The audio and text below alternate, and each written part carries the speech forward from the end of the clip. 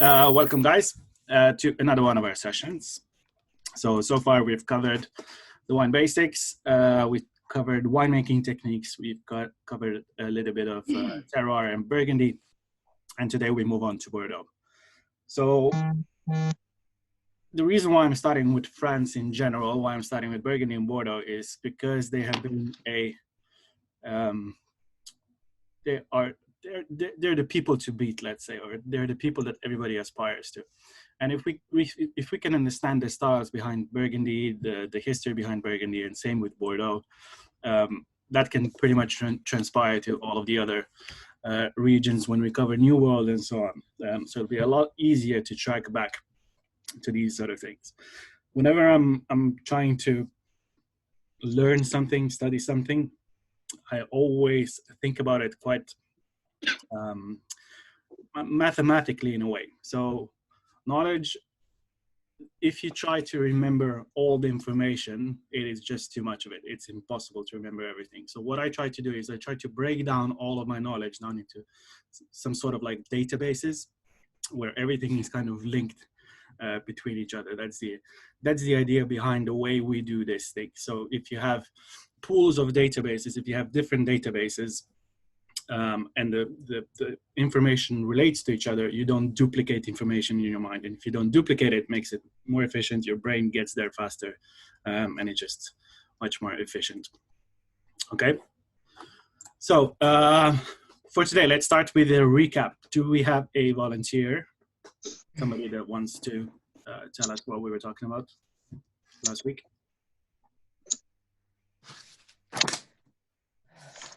Anyone? This is always tricky. I'm going to start picking out people. Hold on. Who is here? Let's see. Well, this Prokopios person, who are you? Hello, how are you? We're very well. Were you with us last time? Yes, I was.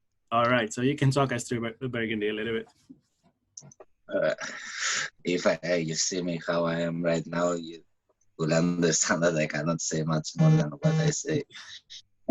Did you have a lot of Burgundy last night or something?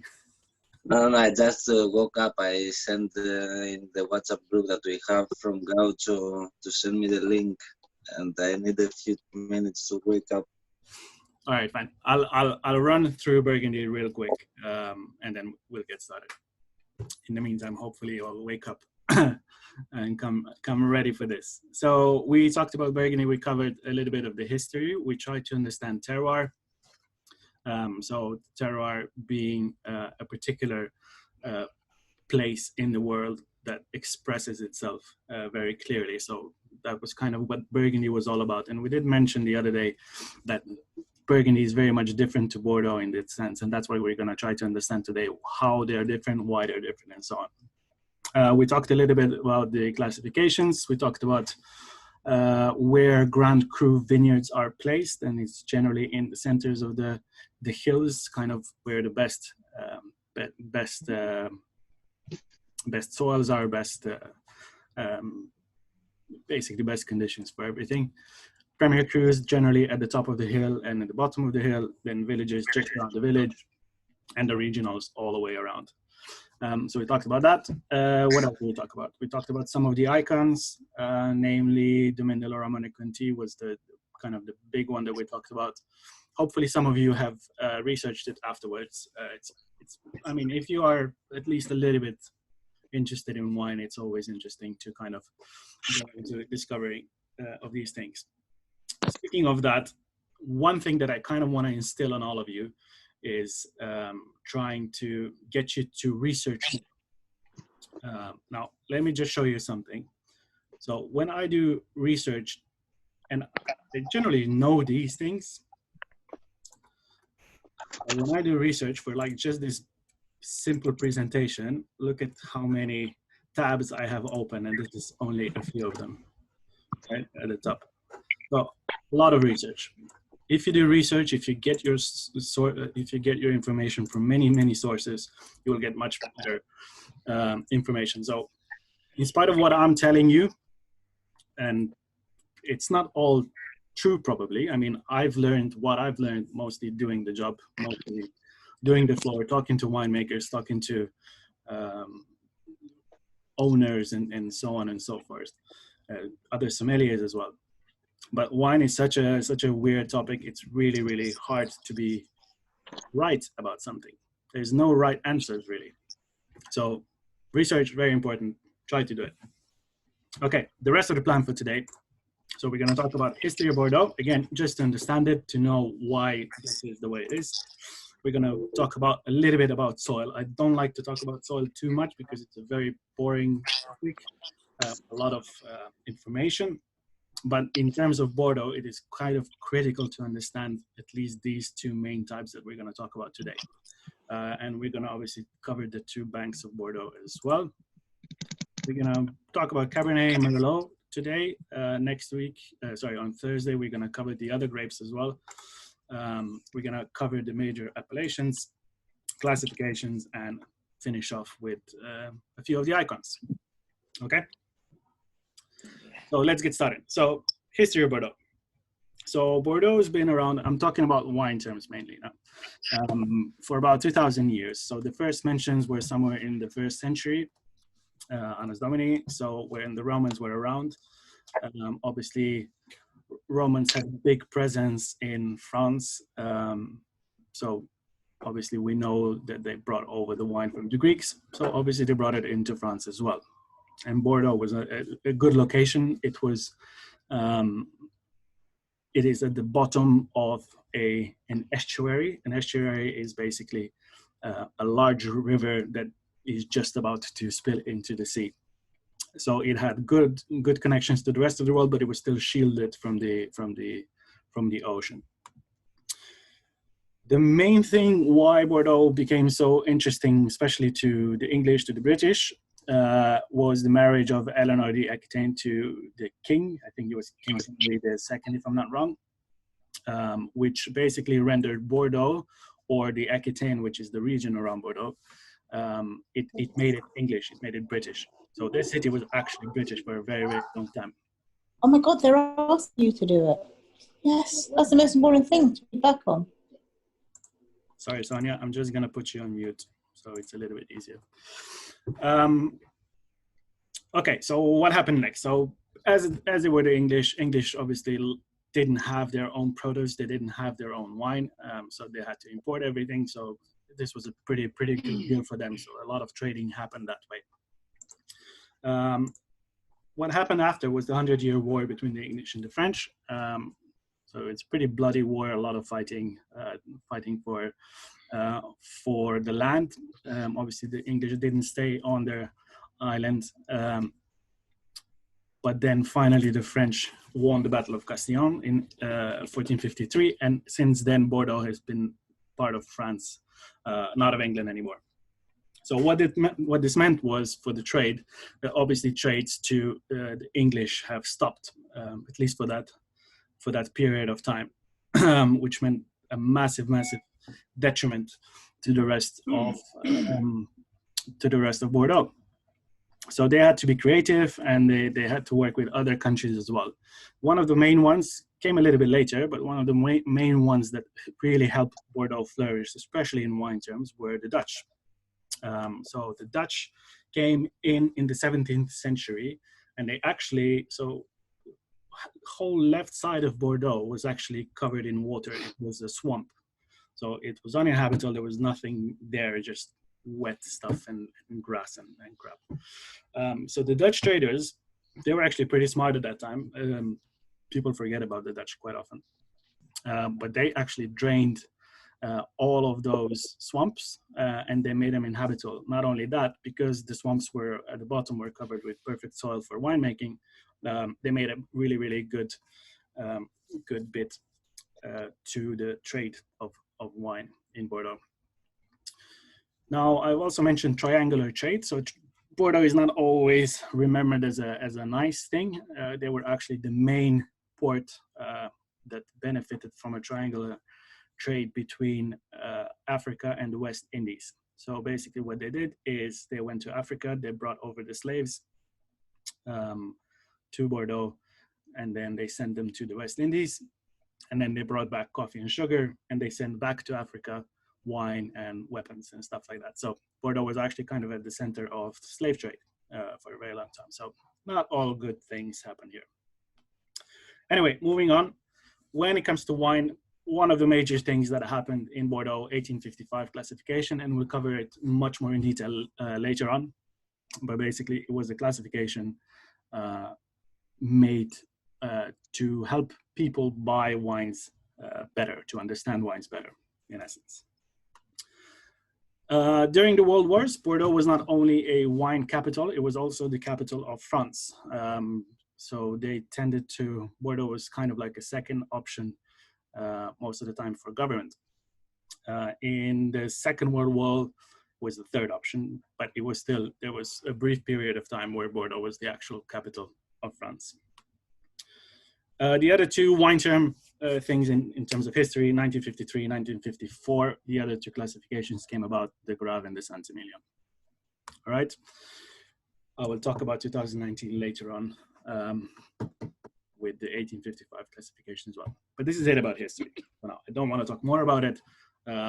Just to give you a brief, broad understanding of why Bordeaux is important. So mainly it's due to trade, mainly it's due to it being a center of connections between the third world, the first world, and kind of the new world.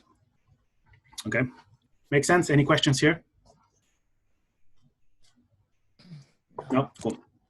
All right, so now let's talk about the soil. So in the picture behind this is a satellite image.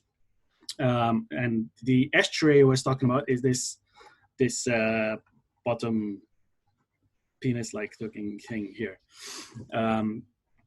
And Bordeaux is basically at the bottom over here, and you are looking at the left bank, which is this part here, and the right bank, which is this part here. So we always talk about the two banks when it comes to Bordeaux. So the two banks of the estuary, the two banks of the river. It is called the Gironde. Now, the reason why these are so important is because they actually divide two very, very different types of soil, and in turn, two very, very different types of wines.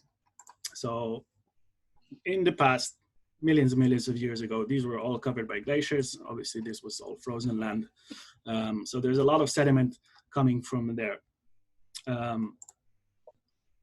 As that all melted down, obviously there was a lot of rocks left over.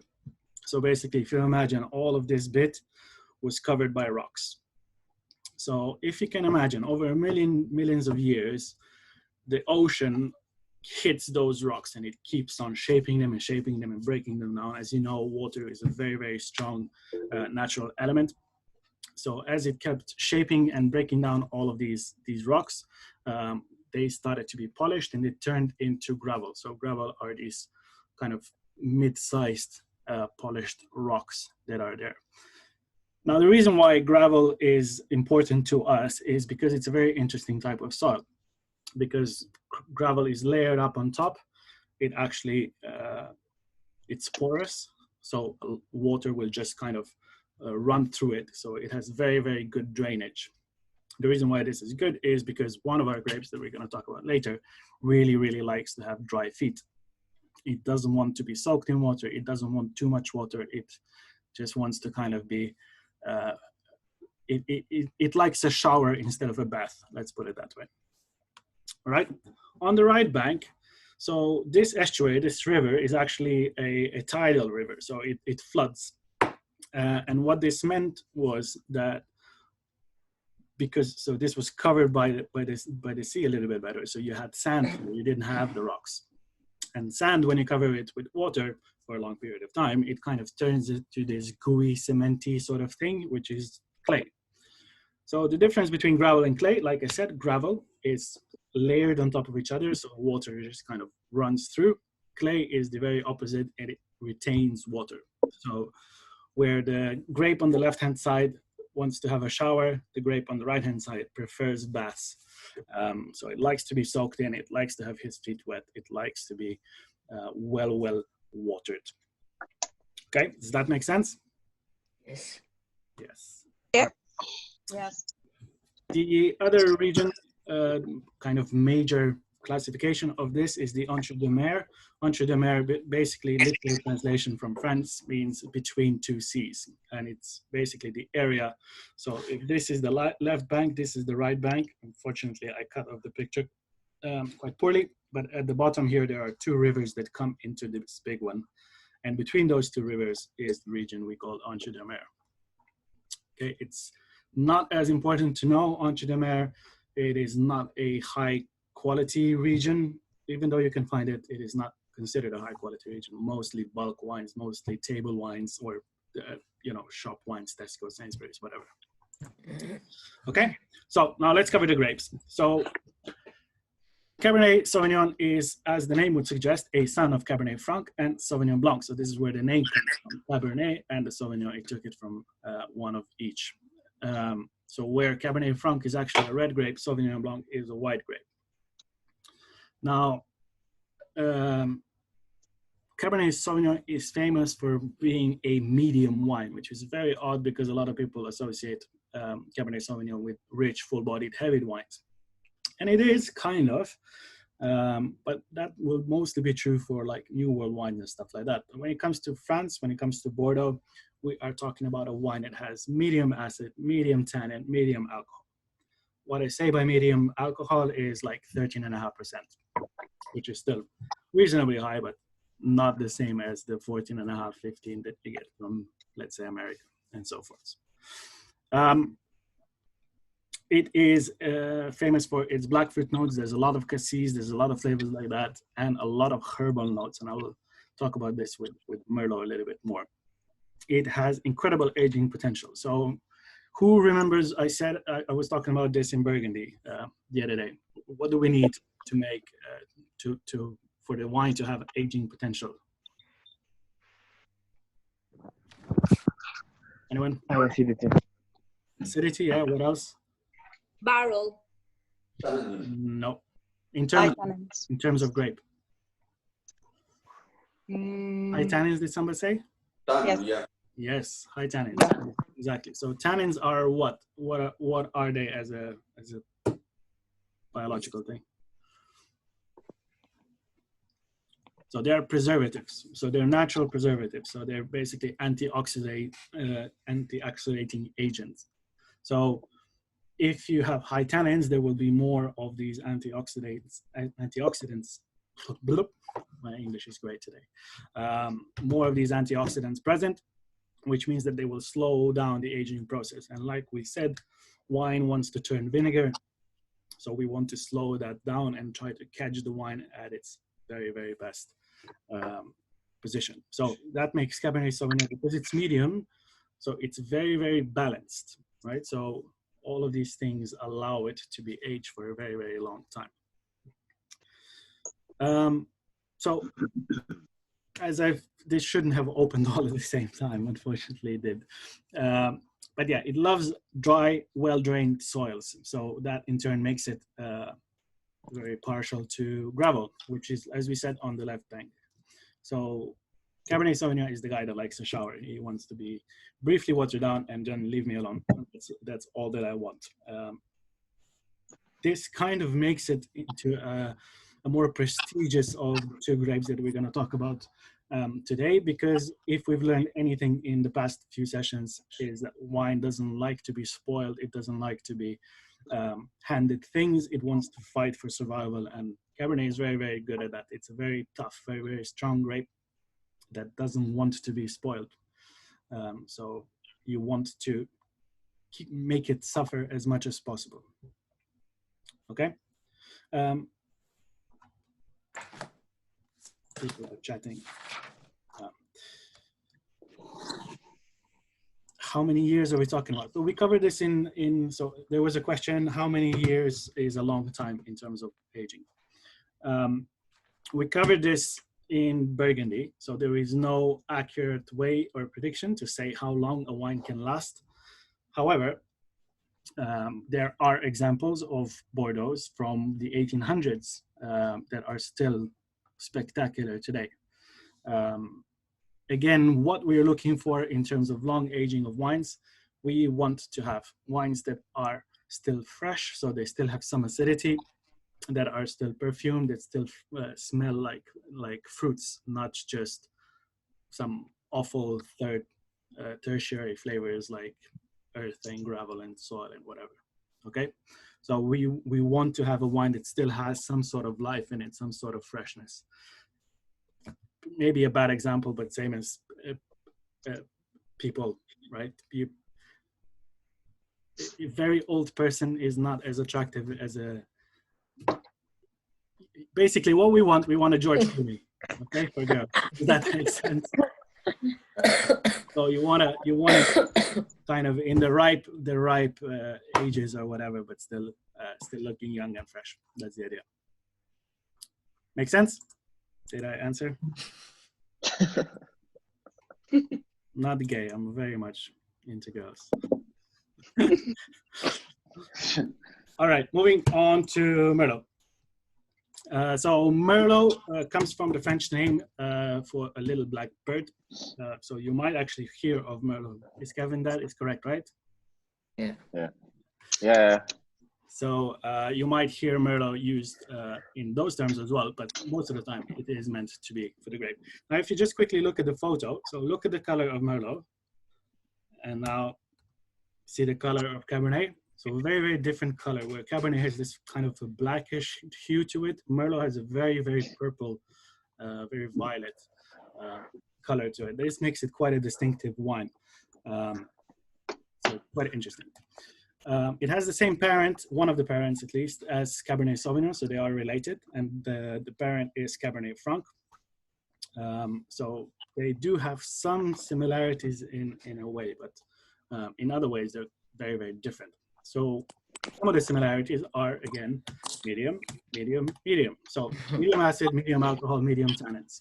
Very similar to what we said in Cabernet, and it has a very similar kind of way of being age-worthy, but slightly less.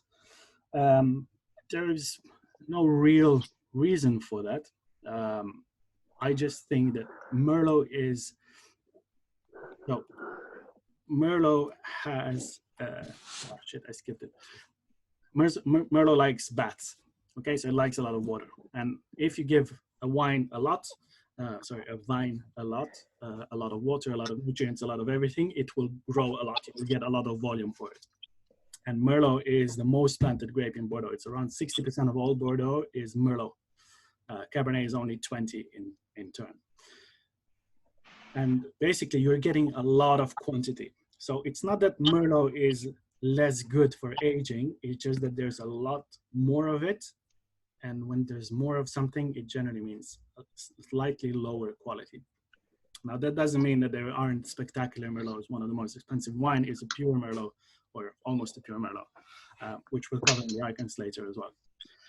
Anyway, in terms of flavors, very, very distinctive plum note on Merlot. So whenever you smell a plum in a wine, it's 100% Merlot. There's no other wine that has such a distinctive flavor of it.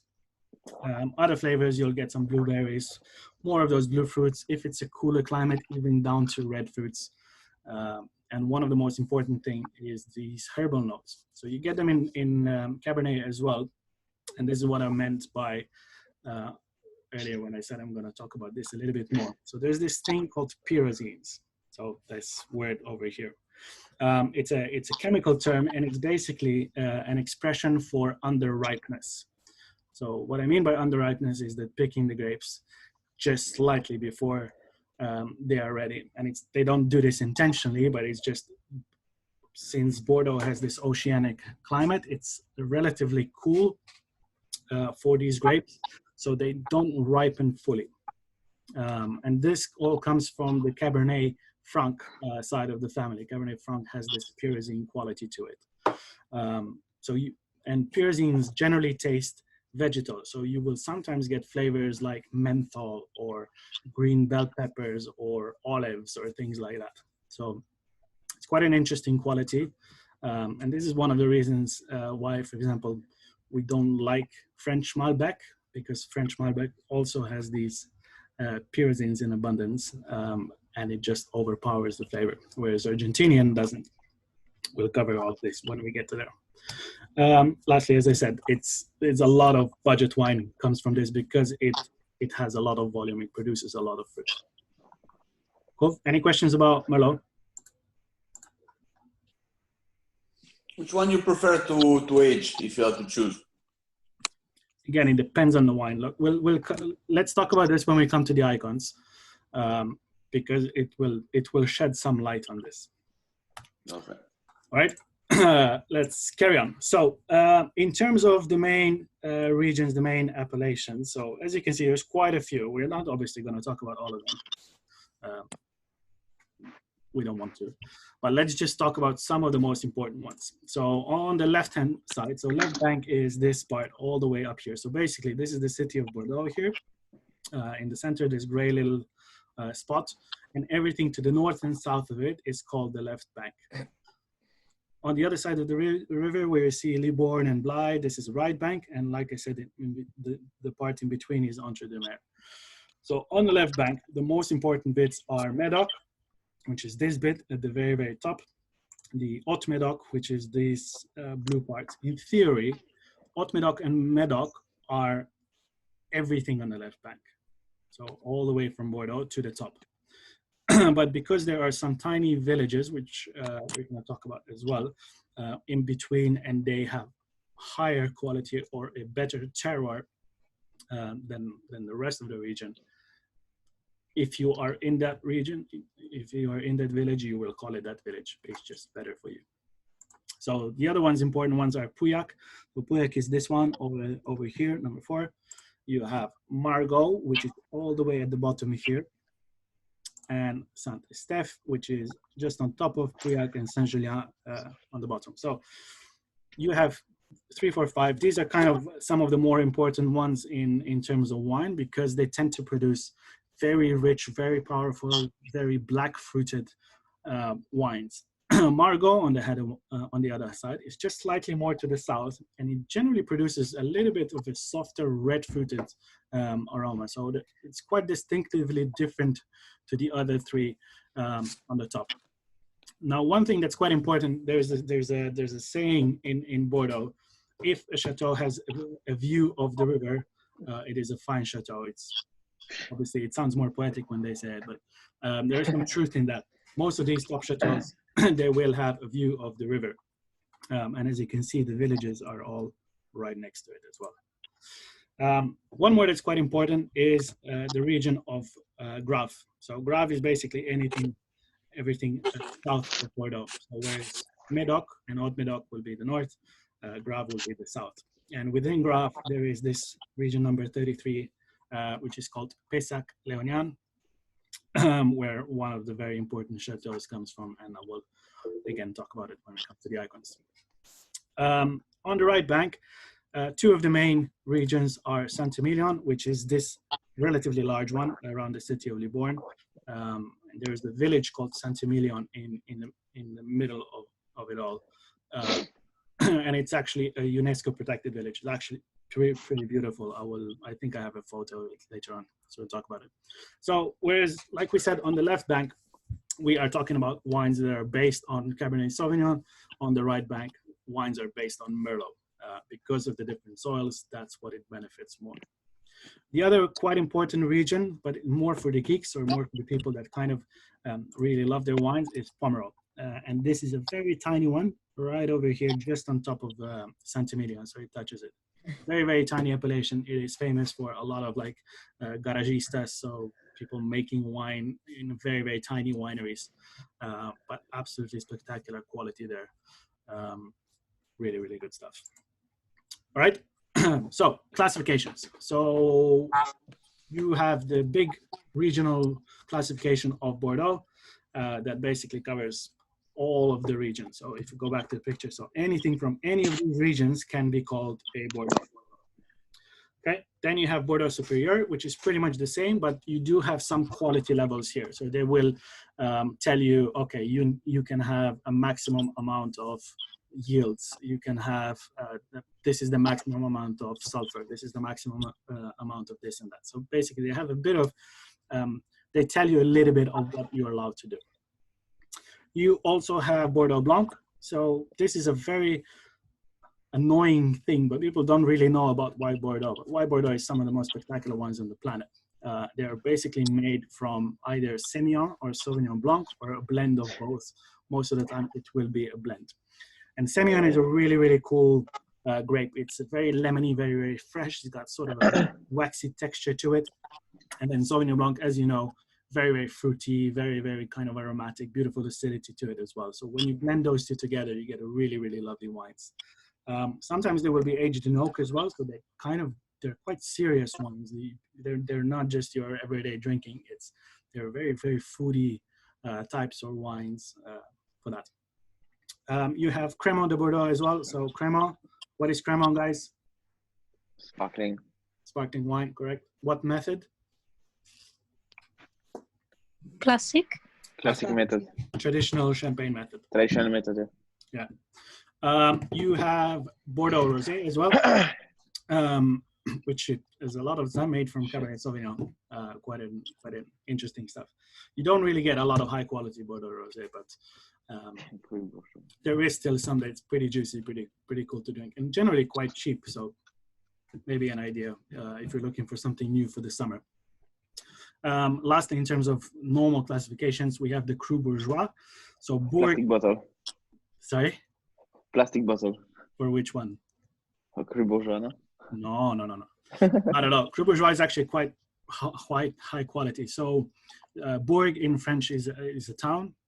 So the bourgeois are the citizens, the townies of sorts. And Cru Bourgeois came about when these townies were given some of the so when these Dutch guys drained some of the swamps, people bought the land because it was still cheap at that time, and they were planting vineyard. Basically, Cru Bourgeois is kind of like your own private reserve of wines. You're not really meant to be making loads of money with it. It's more for like your own cellars sort of thing. Okay. So maybe, yes, there are some plastic bottles somewhere, but generally, no, it is a quality wine. It sits above Bordeaux Superior in terms of quality. All right, now the important bits. So the reason why these are so important is, like I said, because they not only influence Bordeaux, but they influence the world as a whole in terms of wine. So one of the most important things that happened was the 1855 classification of Bordeaux wines. Now, this classification is made for the left bank, not for the right bank. And what happened was, so there was a lot of people were drinking these Bordeaux. Like I said, Bordeaux was a trendy trade town. It was a cultural hub as well, so a lot of people came there. One of the first interesting guys that came was the future U.S. President Thomas Jefferson, and in 1780 he was a real wine connoisseur. He drank a lot, and in 1787 he kind of made the first unofficial classification of Bordeaux wines. So he wrote down a list of 3 tiers of what he thought were the best wines in Bordeaux in like a pyramid sort of thing. And he actually predicted the future, the 1855 classification. So why did the 1855 classification come? So there was the wine expo, the World Expo in Paris, and Napoleon III, who was the emperor at that time, wanted to showcase wines as one of the main things that France has. But everybody wanted to participate there. Everybody wanted to be shown on the expo. And at that time, you had hundreds and hundreds of chateaus, hundreds and hundreds of wineries that wanted to participate. And they just couldn't. They didn't have the space, and a lot of wine would go there, so they didn't want to do that. So he asked like a task force of négociants. So if you remember from last time, négociants are the guys that buy in stuff. So in Bordeaux, négociants were people that basically, they were traders. They bought wines from the estates and then they sold them to the end consumers. So they had to build some sort of a classification based on how, who's this loud person again? Based on how well the wines sell. So they were looking at the last 40 years, so from 1815 to 1855, and we're looking at what was the average price per bottle, and then they classified these wines into what we call growths. So you have first growth, second growth, third growth, and so on.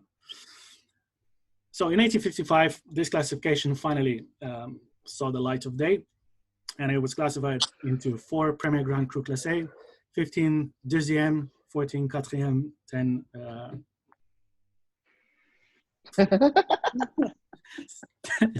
10 Quatrième, and 18 Cinquième. There we go. My French is a little bit rusty. The French people are laughing at me. That's good.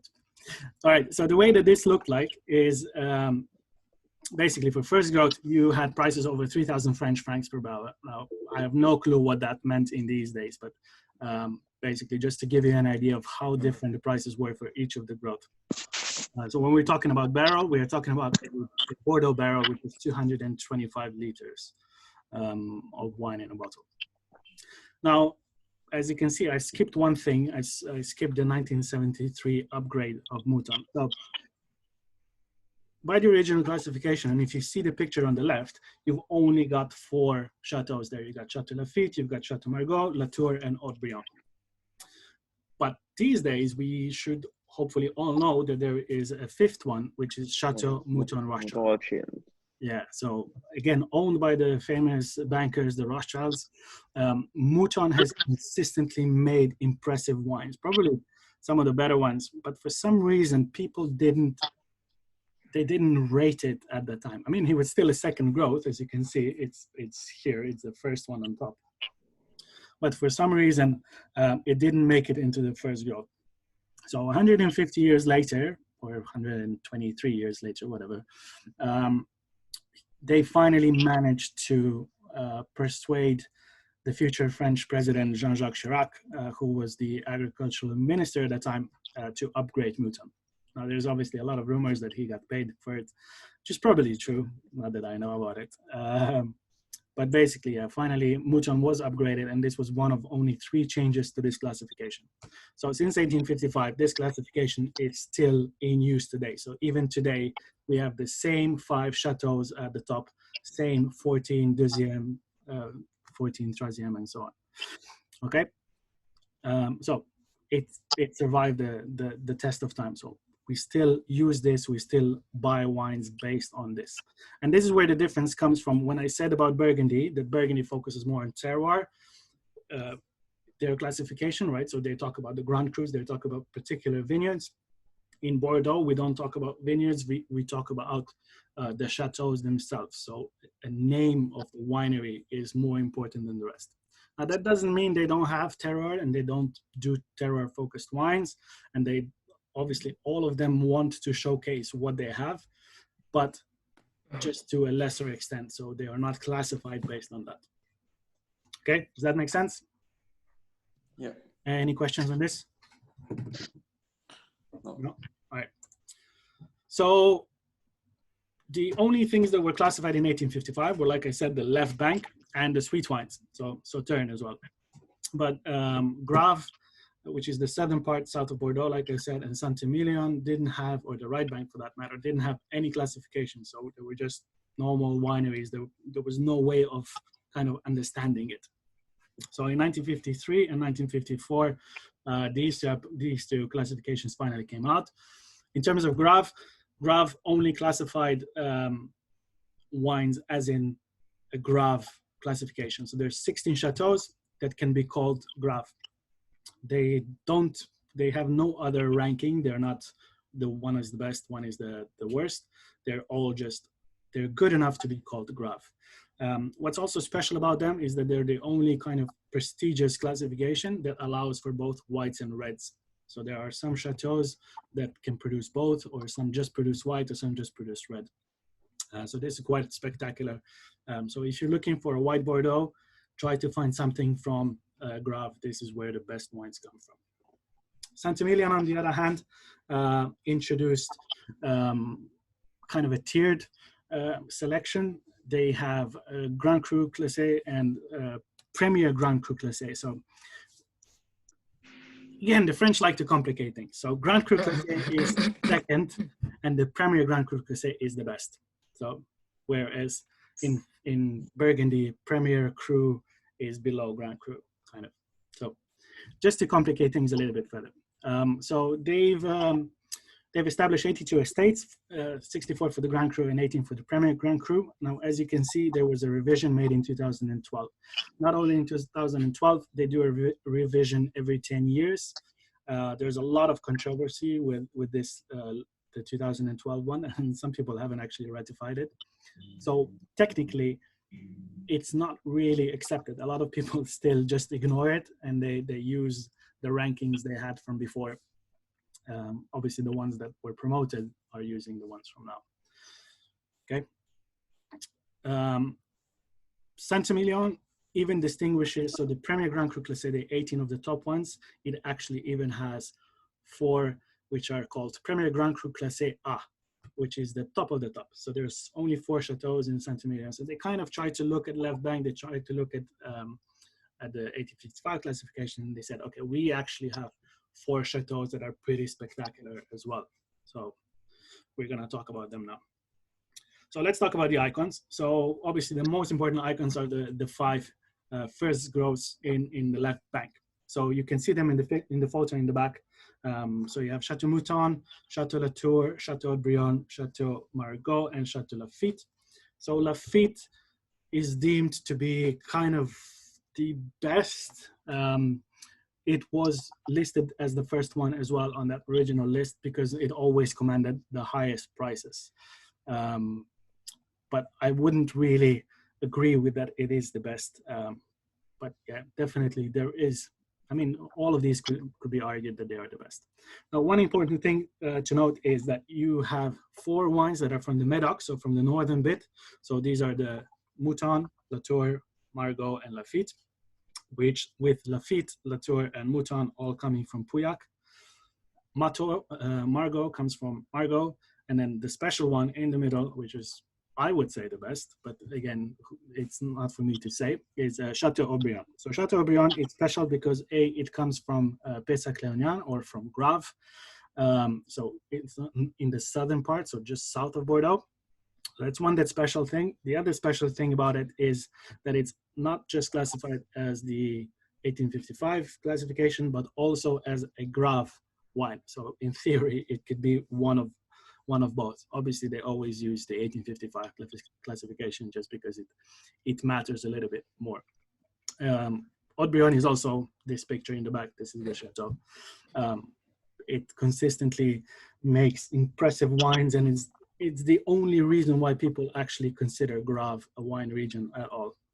Even Jefferson, Thomas Jefferson, that was saying about before, he was a big advocate for Haut-Brion to be kind of the most important winery, just because of how it influenced the other parts of the region. Okay. Now there are some other chateaux that are very impressive but aren't ranked as Premier Grand Cru Classés. You have Cos d'Estournel and Pichon Longueville, which is actually 2 vineyards now, which are both second growths, and they are really, really expensive because they are really, really good. So sometimes they are like the baby first growths of sorts, or they would be like at the top of the second growths. One that's very impressive is Pontet Canet as well. Pontet Canet is only a 5th growth, so one of the last ones that was listed, but it probably makes at least second growth quality wine. So it's a great value wine. If you get to find Pontet Canet, it is a real value to find. Claque-Milon, very similar, 5th growth as well, makes spectacular wines. One chateau that's quite important as well is Saint-Domingue. Now this is a chateau that is not actually classified as an 1855. It's actually an Haut-Médoc. So just the plain region, really. But there was this guy called Jean Gautreau that took it over, and he pretty much turned it around and made it into one of the most impressive estates. And I think it's the most expensive Haut-Médoc you can find out there. Really impressive. I was talking about the classification of the sweet wines. So when they did the 1855, the sweet wines were done into 3 categories, quality categories, and at the very top was only one, and this is the Chateau d'Yquem. If you've never heard of it, have a look at what it is, but Chateau d'Yquem is the best.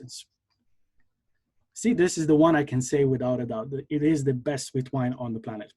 it is the most impressive, the most complex thing you can ever try. It is full of layers and layers of flavors. There's sage and there's ginger and there's all loads of spices that happen there, but still has this beautiful freshness. It has 14.5% of alcohol and you don't even taste it. It's incredible. Really, really good stuff. If you ever get a chance to try it, please do. Okay, so that's the left bank. Sorry? Or you can buy it in a wine shop. Yeah, we have the 96 for, what is it, 180 quid, I think? No, 229. What? 229 a bottle? Is it 229? Well, anyway. Yeah. Still cheap. For 96 Latour, that's very cheap. It's very cheap. Okay, right bank stuff. So mainly I talked about classification for Saint-Emilion, and I only talked about Saint-Emilion in terms of like kind of a right bank importance. But what I really like are the Pomerol wines, and one of the most impressive, one of the best wines ever made is Chateau Petrus, which you might have heard of. It is a Pomerol, super high in Merlot. So remember before when you were asking me about the aging and stuff like that? So Petrus can age forever, I think. It is so good. So Saint-Emilion, for example, has a lot of Merlot, but also a lot of Cabernet Franc. Whereas Pomerol, like I said, they focus a lot more on Merlot. There's a lot less blending happening there. And Chateau Petrus is just spectacular. So if anybody ever tells you Merlot is only a shit wine, then just point them to this, and then they'll change their minds very quickly. Saint-Emilion, the main chateau is Chateau Cheval Blanc. There is a legend of the 1947 Chateau Cheval Blanc that is thought to be the best wine ever made by numerous. I mean, everybody that's ever had it said this, that it's the best wine they've ever had. I actually, my former boss, he had it twice. Yeah, he said it's just magic. Quite a high proportion of Cabernet Franc in Cheval Blanc. So that's what makes it even more special, because Cabernet Franc is not considered as a super noble variety in terms of Bordeaux. So for them to have a relatively high content of it and still produce one of the best wines, it's quite unique. It's also part owned by LVMH as well, same as Yquem. The other Saint-Emilions that you need to know about. Can I ask a question, Lena? Yeah. Regarding this Cheval Blanc, as French, they're quite picky on the names that they choose, and they'll choose directly. Why do they choose with a blanc if they're producing a red wine? If it's something needed, or? Sorry, I don't think I understood.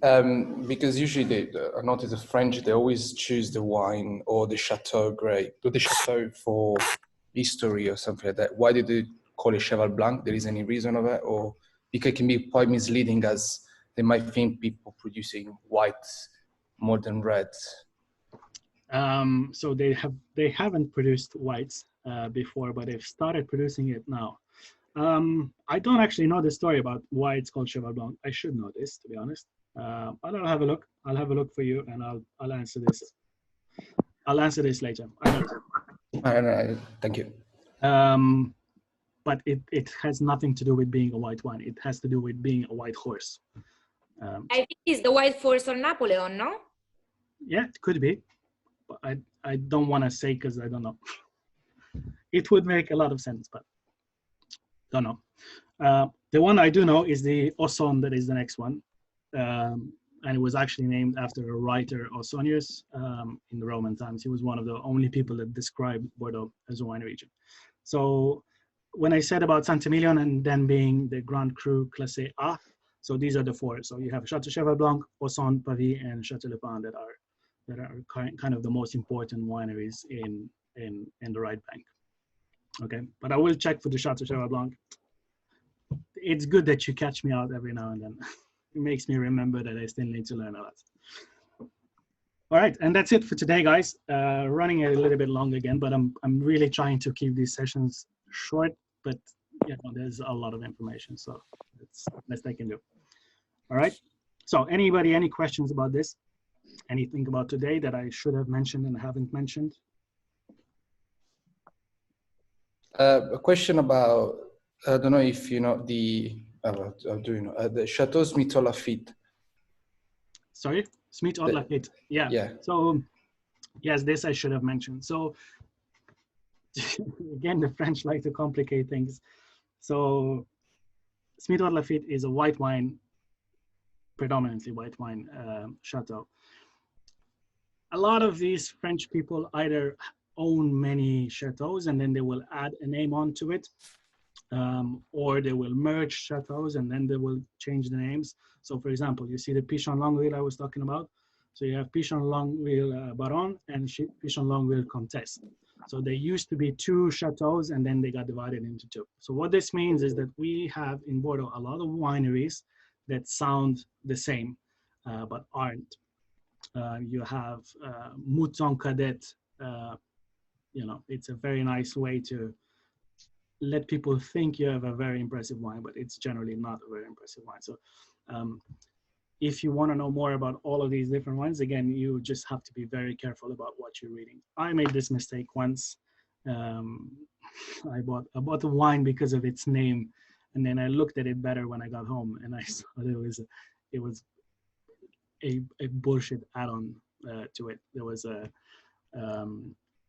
what's it called? It was a Rhone producer, Jaboulet, and Paul Jaboulet is one of the most impressive Rhone producers. And this one was a P Jaboulet, and P actually standard for Philippe or something stupid like that. So they're very inventive. They will try to make money anyway. So a lot of people will add stupid names or similar names to other important chateaus in order to boost their sales or just kind of build on their name. So why did he then? Because you know, if you put a name as Lafitte or Margot in any label, everyone was like, "Oh, it's cool." Why there is after it then this appellation or this different Grand Cru? What there is not any law that you cannot use this name on your label if you're not from that producer? So the only law that is copyrighted. So in 1973, along with the promotion of Mouton, they've actually copyrighted the brand name 1855. So from 1973, nobody is allowed to put 1855 on their bottle anymore unless they are part of the classification. So there are a few of these laws, but not all of them. Some people will fight for it, some people won't. I mean, Smith Haute Lafitte is not a bad wine by any means. So I don't think there's a reason. And there's historic things as well. I mean, I'm not sure if it is owned by Lafitte or if it was owned by Lafitte, but these are historical names. They haven't changed. The wineries don't change their names. They have been there for 150, 200, 300 years sometimes. So some of them are named based on their owners, some of them based on where they're from and so on. So, you know, sometimes people will just do that. Some people will fight for it, some people won't. Fair enough. Yeah. I think one more than the last one. On these 5 Grand Cru, are they all producing themselves or are they buying as well? The grape? No, all their own. They have bought more vineyards. So I think in 1855, all of the classified growths had about 2,500 hectares. These days they have 3,500. So all of them collectively bought a bit more. Some of them switched plots. There were some interesting occurrences where there were 2 neighboring chateaus, for example, and they switched 2 of their vineyards because it was closer to what they wanted to do as their style. So there's a few things like that.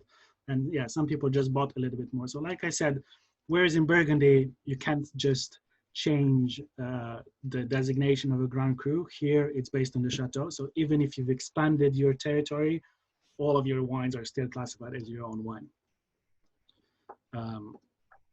Okay, cool. So no, but they won't buy in. It's not the Bordeaux way to buy in.